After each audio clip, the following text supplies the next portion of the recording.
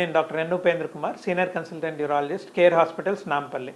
ఇవాళ మనము కిడ్నీలోని రాళ్ల గురించి తెలుసుకుందామండి. అసలు అవి ఎలా వస్తాయి, వాటికి సంబంధించిన లక్షణాలు ఏంటి, మనం దాన్ని ఎలా ధృవీకరించాలి, దానికి సంబంధించిన ట్రీట్మెంట్స్ ఏమున్నాయి, ప్లస్ రాళ్ళు రాకుండా మనం ఏమన్నా ప్రికాషన్స్ తీసుకోవచ్చా, రాకుండా అవాయిడ్ చేయొచ్చా. సో మెయిన్గా ఈ కిడ్నీ రాళ్ళు అనేవి ఎక్కువగా మనకు కొన్ని కారణాల వల్ల వస్తాయండి. ఒకటి డీహైడ్రేషన్, అంటే మనం సరిగ్గా కానీ ద్రవ పదార్థాలు తీసుకోకపోతే దానివల్ల బాడీలోని వాటర్ కంటెంట్ తగ్గిపోయి మూత్రం యాసిడిక్గా అయ్యి దానివల్ల స్టోన్స్ అనేవి రావడం జరుగుతుందండి. నెంబర్ 2, చాలామందికి కొన్ని కంజెనిటల్ డిజీజెస్ ఉంటాయండి, అంటే మెటబాలిక్ డిజార్డర్స్ అంటాం. సిస్టీన్ అనే ఉంటుంది, సిస్టీన్ యూరియా అంటాం ఒకటి, అట్లానే ఆక్సిల్యూరియా అని ఉన్నాయి. రకరకాల కండిషన్స్ ఇవి జెనెటికల్గా వస్తాయి, అంటే జీన్ ద్వారా స్ప్రెడ్ అవుతాయి. అలానే ఫ్యామిలీలో కూడా ఎవరికైనా స్టోన్స్ ఉంటే మనకు స్టోన్స్ వచ్చేదానికి రిస్క్ ఎక్కువ ఉంటుందండి. ఇవి కాకుండా కొన్ని హార్మోనల్ కండిషన్స్ ఉన్నాయి. హైపర్ పారాథైరాయిడిజం అంటాం, అంటే పారాథైరాయిడ్ అనే హార్మోన్ ఉంటుంది మన థైరాయిడ్ దగ్గర. అది ఎక్కువగా ప్రొడ్యూస్ అయినప్పుడు కాల్షియం అనేది, ఫాస్ఫేట్ అనేది మన మూత్రం ద్వారా లీక్ అవుతుంది అన్నమాట. సో ఆ లీక్ అయినప్పుడు దానివల్ల స్టోన్స్ అనేవి రావడానికి ఆస్కారం ఉంటుంది. రెండోది ఏంటంటే ఈ స్టోన్స్ రిపీటెడ్గా వస్తుంటాయి, ఒక్కసారి వచ్చి వెళ్ళిపోవండి. ఫ్రీక్వెంట్గా, అంటే ప్రతి నెలకి రావడం లేదా ప్రతి 6 నెలలకి రావడం ఇలా జరుగుతుంటుంది. ఇది కాకుండా ఇంకొక కండిషన్ ఉంది, గౌట్ అని ఉందన్నమాట. దీనిలో యూరిక్ యాసిడ్ అనే ఒక కంటెంట్ పెరిగి బాడీలో, దానివల్ల కూడా మూత్రంలో స్టోన్స్ అనేవి రిపీటెడ్గా ఫామ్ అవుతూ ఉంటాయి. సో ఇవన్నీ కొన్ని కండిషన్స్ అండి. అలానే కిడ్నీలో కూడా ఒక జబ్బు ఉందన్నమాట, దాన్ని రీనల్ ట్యూబులర్ అసిడోసిస్ అంటాం, టైప్ 2 అని. దానిలో కూడా ఈ రిపీటెడ్గా స్టోన్స్ అనేవి ఫామ్ అవుతాయి, కాల్షియం ఫాస్ఫేట్ స్టోన్స్ అని వస్తాయి. సో ఇవన్నీ కూడా మనకు తెలిసిన కారణాలు.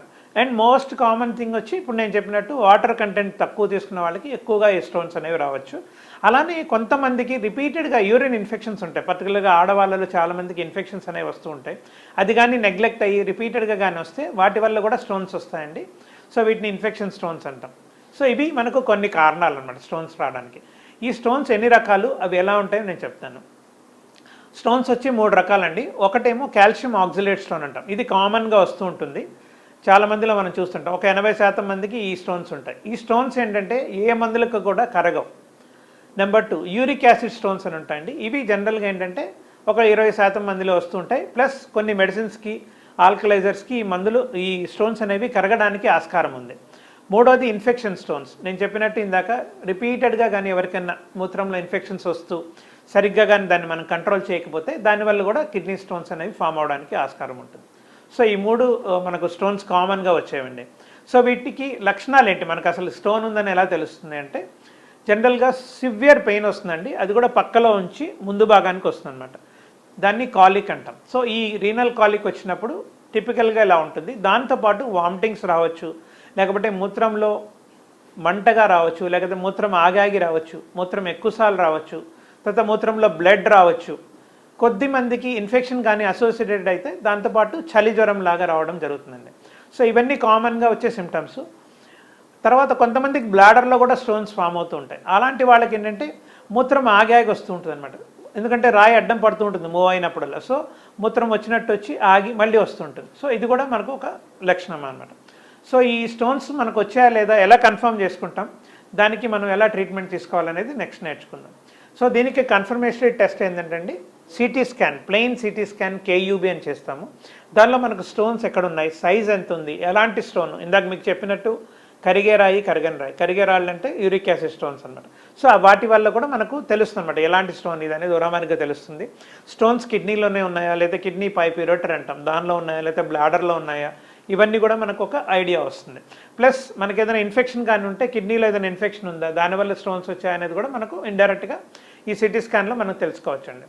ఇది కాకుండా మనం జనరల్గా కంప్లీట్ యూరిన్ ఎగ్జామినేషన్, అంటే యూరిన్లో ఏదైనా ఇన్ఫెక్షన్ ఉందా, లేదైనా క్రిస్టల్స్ ఏమైనా పోతున్నాయా అనేది మనం తెలుసుకుంటాం.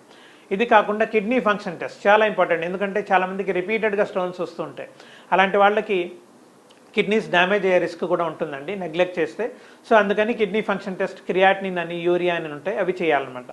ఇది కాకుండా నేను ఇందాక చెప్పినట్టు కారణం ఏదన్నా ఉందా, బ్లడ్లో మెటబాలిక్ డిజార్డర్స్ ఏమన్నాయా తెలుసుకోవడానికి సీరం కాల్షియం అని, serum uric acid, serum phosphorus, oxalate, ఇవన్నీ కూడా మనం చేయాలండి. ఇది చేసిన తర్వాత మనకు స్టోన్ ఎక్కడ ఉంది, ఎంత సైజు ఉందని మనకు తెలుస్తుంది. సో దీనిలో ఏంటంటే సైజుని బట్టి కూడా మా ట్రీట్మెంట్ ఉంటుంది. కిడ్నీలో స్టోన్ సైజెస్ కానీ 5 మిల్లీమీటర్స్ 6 మిల్లీమీటర్ లోపల కానీ ఉంటే మనం జనరల్గా మెడిసిన్స్తో మనం మెడికల్ ఎక్స్పెల్షల్ థెరపీ అని చెప్పేసి కొన్ని ఆల్కలైజర్స్ అని మందులు ఇస్తాము, దాంతోపాటు కొన్ని మందులు ఇచ్చి ఆల్ఫా బ్లాకర్స్ అని వాటితో స్టోన్ పడిపోయేటట్టు చేస్తాము. అట్లనే వాటర్ కూడా కంటెంట్ ఇంక్రీజ్ చేయాలంటే హైడ్రేషన్ ఎక్కువ పెట్టుకోవాలండి. డైలీ ఒక 3 to 4 లీటర్స్ లిక్విడ్స్ కానీ తీసుకుంటే జనరల్గా ఫ్లష్ అయిపోతాయి ఇట్లాంటి స్టోన్స్. పెద్ద స్టోన్స్ కానీ ఉంటాయి, అంటే మోర్ దెన్ 1 సెంటీమీటర్ కానీ స్టోన్ ఉంటే దానికి రకరకాల ట్రీట్మెంట్స్ ఉన్నాయండి. ఒకటేమో ESWL అని ఒక ట్రీట్మెంట్ ఉంటుంది, దానిలో మనం ఒక రేస్ పంపించి రాళ్ళని పగలగొట్టడం జరుగుతుంది. రెండోది ఏంటంటే RIRS అంటాం, అంటే మూత్రం గుండా ఒక ఎండోస్కోప్తో వెళ్ళి రినోస్కోప్ అంటాం, దాంతో లేజర్తో ఆ స్టోన్స్ అన్ని బ్లాస్ట్ చేస్తాం. కొద్దిమందికి పెద్ద స్టోన్స్ కానీ ఉంటాయి, అంటే 3-4 సెంటీమీటర్లు లేదా కిడ్నీ నిండా రాళ్ళు ఉన్నప్పుడు PCNL అని చెప్పేసి చిన్న కీ హోల్ సర్జరీ ఉంటుందండి, అది కిడ్నీలో చిన్న హోల్ పెట్టి చేసేస్తాం. సో అది కిడ్నీ వర్క్ అనమాట. తర్వాత మూత్రంలో ఏవైతే రాళ్ళు ఉన్నాయో అవి లేజర్తో URSL అంటాం, ఆ ప్రొసీజర్ చేసి లేజర్తోనే బ్లాస్ట్ చేసి అది రాళ్ళు అనేవి తీసేయడం జరుగుతుంది. అట్లనే బ్లాడర్లో కూడా రాళ్ళు ఫామ్ అవుతుంటాయి. సో దానికి ఏంటంటే సిస్టోలిథోట్రిప్సీ అని ఒక ప్రొసీజర్ ఉంది, లేజర్తోనే ఆ స్టోన్స్ అన్ని కూడా మేము బ్లాస్ట్ చేస్తూ ఉంటాం. సో ఇవన్నీ రకరకాల సిమ్టమ్స్ అండి. అండ్ ఎవరికైతే స్టోన్స్ నెగ్లెక్ట్ చేస్తారో అలాంటి వాళ్ళకి మీకు 2 కిడ్నీలు కూడా డ్యామేజ్ అయ్యే రిస్క్ ఉంటుందండి, క్రానిక్ కిడ్నీ ఫెయిల్యూర్ అంటాం. ఎందుకంటే స్టోన్స్ కానీ 2 పైప్స్లో అడ్డం పడినప్పుడు మనం కానీ సరిగ్గా ట్రీట్మెంట్ కానీ తీసుకోకుండా ఎర్లీ రికగ్నిషన్ కానీ తీసుకోకపోతే డెఫినెట్గా ఈ కిడ్నీస్ అనేవి స్లోగా కిడ్నీ ఫెయిల్యూర్లోకి వెళ్ళిపోతాయి. అలానే కిడ్నీలో కూడా కొన్ని స్టోన్స్ ఉంటాయండి, స్ట్రూబాయిడ్ స్టోన్స్ అంటాం. అలాంటి స్టోన్స్ కానీ మనకు ఎక్కువ రోజులు కానీ నెగ్లెక్ట్ చేస్తే కిడ్నీలు 2 కూడా డ్యామేజ్ అయ్యి క్రానిక్ కిడ్నీ ఫెయిల్యూర్లోకి వెళ్ళిపోతూ ఉంటాం. సో ఇవన్నీ కూడా స్టోన్కి సంబంధించిన కారణాలు, తర్వాత దానివల్ల వచ్చే కాంప్లికేషన్స్. అండ్ ఫైనల్గా మనము స్టోన్స్ రాకుండా ఎలా ట్రీట్మెంట్ తీసుకోవాలి, ఎలా మనం ప్రివెంట్ చేయొచ్చు. ఒక్కటి ఏంటంటే ఇందాక చెప్పినట్టు ద్రవ పదార్థాలు అట్లీస్ట్ డైలీ 3 to 4 లీటర్స్ తీసుకోవాలి, అది కూడా ప్రతి గంటకి 1 గ్లాస్. ఈ ద్రవ పదార్థాలు ఏమైనా తీసుకోవచ్చు, లైక్ నీళ్లు మినిమం, తర్వాత నిమ్మరసము, తర్వాత మన కొబ్బరి నీళ్ళు కానీ లేకపోతే బార్లీ వాటర్ కానీ, ఎనీ జ్యూసెస్ అండి, ఏ సీజన్లో ఆ సీజన్లో వచ్చే ఫ్రూట్ జ్యూసెస్ అన్నీ కూడా మనం తీసుకోవచ్చు. ఇది కాకుండా స్మోకింగ్ కానీ ఆల్కహాల్ కానీ కంప్లీట్గా అవాయిడ్ చేయాల్సి ఉంటుంది. ఒబేసిటీ ఉన్నవాళ్ళు, అంటే ఓవర్ వెయిట్ ఉన్న వాళ్ళందరూ కూడా ఎక్సర్సైజ్ చేసి వెయిట్ రిడక్షన్ చేసుకోవాలి. అట్లనే మనం తీసుకునే ఉప్పు కూడా కొంచెం తగ్గించుకోవాలండి, ఎక్సెస్ సాల్ట్ మనం వాడకూడదు.